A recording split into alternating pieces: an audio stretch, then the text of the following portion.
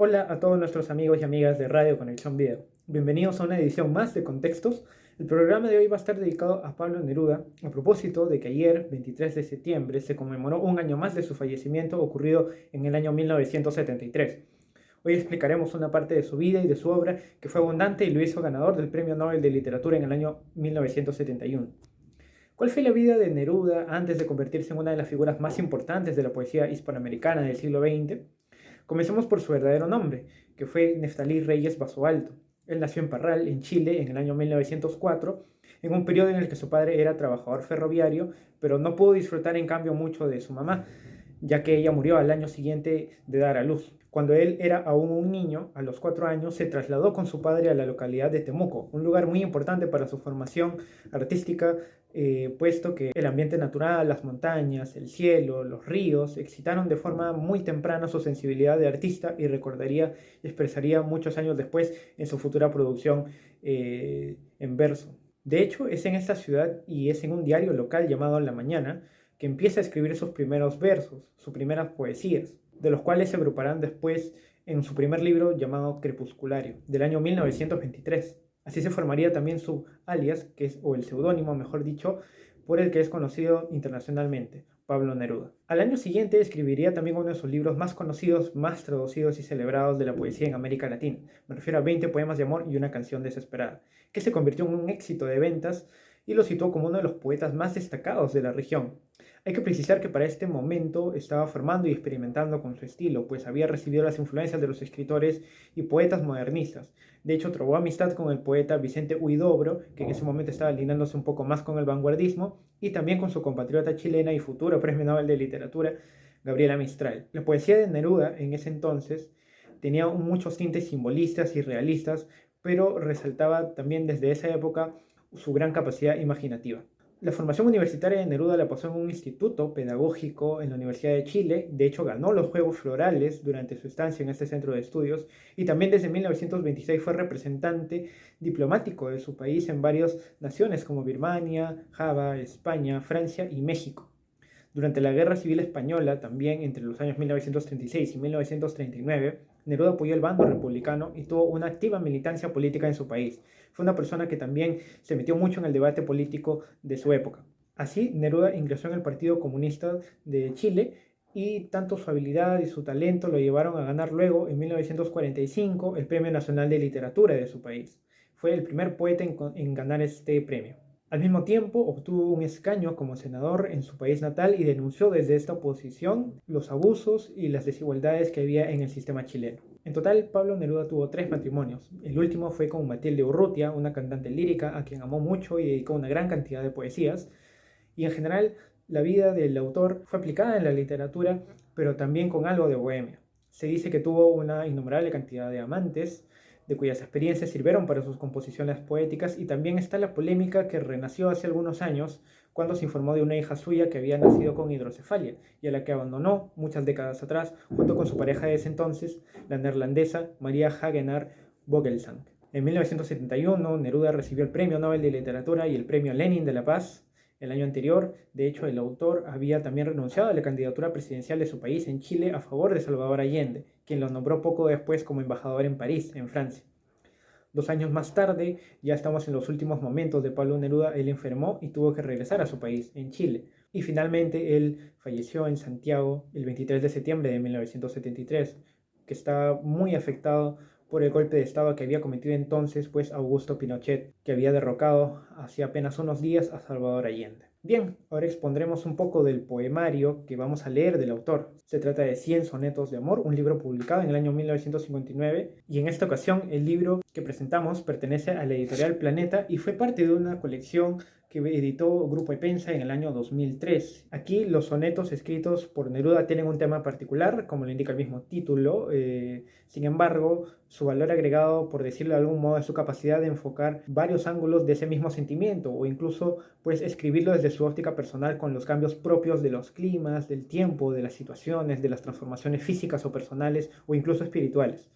Está dedicado principalmente a su última esposa, Matilde Urrutia, y se divide en 4 partes el libro: mañana, tarde, tarde-noche y noche.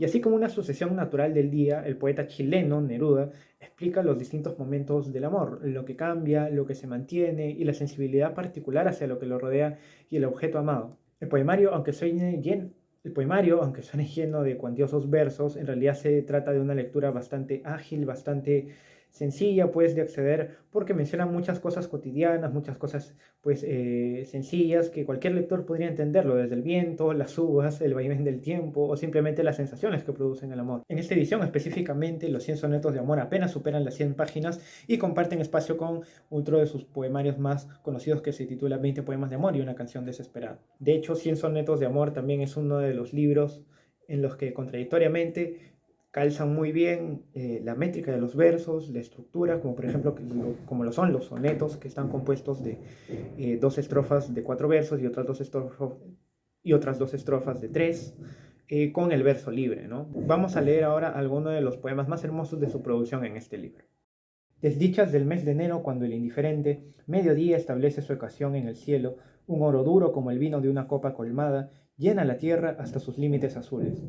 Desdichas de ese tiempo parecidas a uvas pequeñas que agruparon verde amargo, confusas, escondidas lágrimas de los días, hasta que la intemperie publicó sus racimos. Sí, gérmenes, dolores, todo lo que palpita, aterrado a la luz crepitante de enero, madurará, arderá como ardieron los frutos. Divididos serán los pesares, el alma dará un golpe de viento y la morada quedará limpia con el pan fresco en la mesa.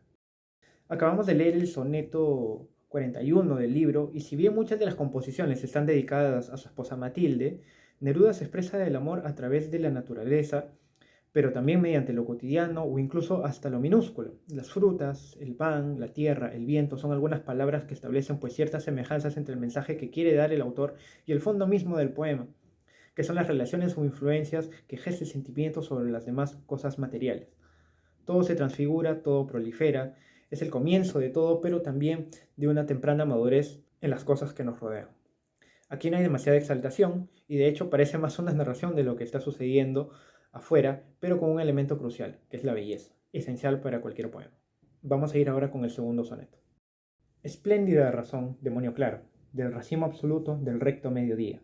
Aquí estamos al fin, sin soledad y solos, lejos del desvarío de la ciudad salvaje. Cuando la línea pura rodea su paloma y el fuego condecora la paz con su alimento, tú y yo erigimos este celeste resultado. Razón y amor desnudos viven en esta casa. Sueños furiosos, ríos de amarga sentidumbre, decisiones más duras que el sueño de un martillo cayeron en la doble copa de los amantes, hasta que en la balanza se elevaron, gemelos, la razón y el amor como dos alas. Así se construyó la transparencia. Estamos en uno de los poemas cuyo tinte, cuyo carácter ya es un poco más distinto de los anteriores que inician en el libro. En principio, este soneto es el soneto 43 y pertenece allá a la segunda etapa del libro, que es la etapa de la tarde. Aquí los temas, si bien no pierden esa sensualidad, esa proximidad física que es un poco ya más sugerida y que está siempre presente en la obra de Pablo Neruda, se abordan temas un poco menos corporales. Por ejemplo, los problemas, las decisiones más difíciles o las decisiones más duras, como cita uno de los versos. Hay un concepto del amor mucho más aterrizado y menos colorido. De hecho, hasta se sugiere un poco la idea de la convivencia entre dos personas y de la transparencia de la confianza. Vamos a ir ahora con el último soneto del programa. La edad nos cubre como la llovizna. Interminable y árido es el tiempo. Una pluma de sal toca tu rostro. Una gotera carcomió mi traje. El tiempo no distingue entre mis manos, o un vuelo de naranjas en las tuyas. Pica con nieve y asadón la vida tuya que es la vida mía que te dice llena de años como el volumen de un racimo. Regresarán las uvas a la tierra, y aún allá abajo el tiempo sigue siendo, esperando, lloviendo sobre el pongo, ávido de borrar hasta la ausencia. Resistir el embate del tiempo, los cambios, la degradación del mundo material son los temas que se pueden advertir en esos breves versos del soneto 91 del libro.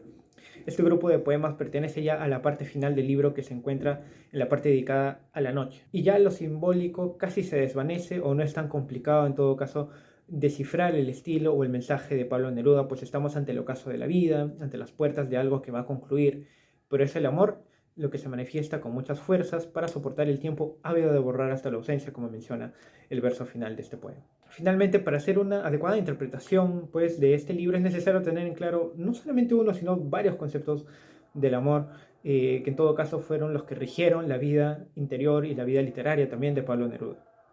Estos versos que les acabo de leer tienen una variedad de tonos con respecto al mismo tema, que es el amor, como ya les había mencionado. Sin embargo, en otros libros del autor pueden consultar o advertir que no se limita a ello.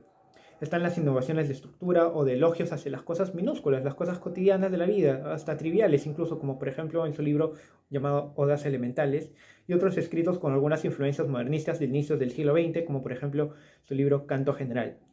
Si bien Neruda fue un autor de gran sensibilidad, supo unir el arte a la expresión de la poesía y es considerado como uno de los mejores poetas del siglo XX porque lleva en ocasiones su obra hasta lo filosófico, hasta lo reflexivo y no se queda solamente en lo sensual o en lo sentimental. En otros tiempos su obra llegó a reflejar un poco la desolación o la desconfianza con respecto al futuro y hablamos de un autor que, si bien es cierto, casi confesó en su libro de memorias muchas cosas execrables, condenables desde cualquier punto de vista, amalgamó en su obra algo imperecedero. Muchas de sus obras, poesías o incluso prosa variada, la pueden encontrar en internet con algunos títulos como los que les acabo de mencionar a lo largo del programa, o sino también en tiendas de libros viejos o en grandes cadenas. Incluso la Real Academia Española publicó una versión conmemorativa recopilando sus obras como lo hizo por ejemplo hace algunos años con otros grandes autores como Gabriel García Márquez, Augusto Roa Bastos, Jorge Luis Borges, entre otros autores latinoamericanos. Espero que el programa de hoy haya sido de su agrado. Nosotros ya nos reencontraremos en la siguiente edición de Contextos. No se olviden seguirnos en nuestra página web www.radioconexionvida.pe y conmigo será hasta la próxima.